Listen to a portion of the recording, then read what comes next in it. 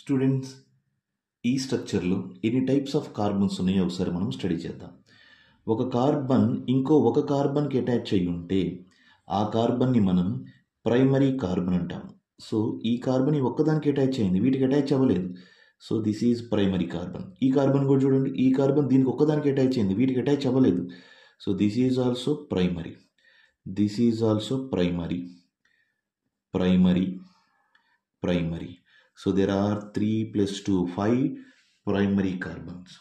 Next, a carbon which is attached to 2 other carbons. ఒక carbon డైరెక్ట్గా 2 కార్బన్లకు attach ఉంటే దాన్ని సెకండరీ కార్బన్ అంటాం.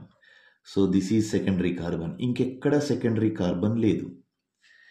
Next, A carbon which is attached to 3 other carbons. ఈ కార్బన్కి attach అయింది. So this is tertiary.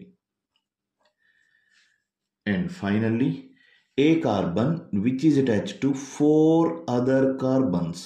So this is called quaternary carbon.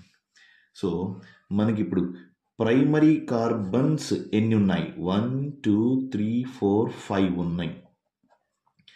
Next, secondary carbons ఎన్ని ఉన్నాయి? 1. Tertiary carbons ఎన్ని ఉన్నాయి? 1. క్వాటర్నరీ కార్బన్స్ ఎన్ని ఉన్నాయి? 1. సేమ్ దీంట్లోనే ఇవన్నీ కార్బన్స్ లిస్ట్. అట్లాగే మనం హైడ్రోజన్స్ లిస్ట్ తీసామనుకోండి, ప్రైమరీ హైడ్రోజన్స్ 1 2 3 4 5 5 3 15 హైడ్రోజన్స్. అంటే ప్రైమరీ కార్బన్ దగ్గర ఉన్న హైడ్రోజన్స్ని ప్రైమరీ హైడ్రోజన్స్ అంటాం. నెక్స్ట్, సెకండరీ కార్బన్ దగ్గర ఉన్న హైడ్రోజన్స్ 2. టెర్షియరీ కార్బన్ దగ్గర ఉన్న హైడ్రోజన్స్ 1. క్వాటర్నరీ కార్బన్ దగ్గర ఉన్న హైడ్రోజన్స్ 0.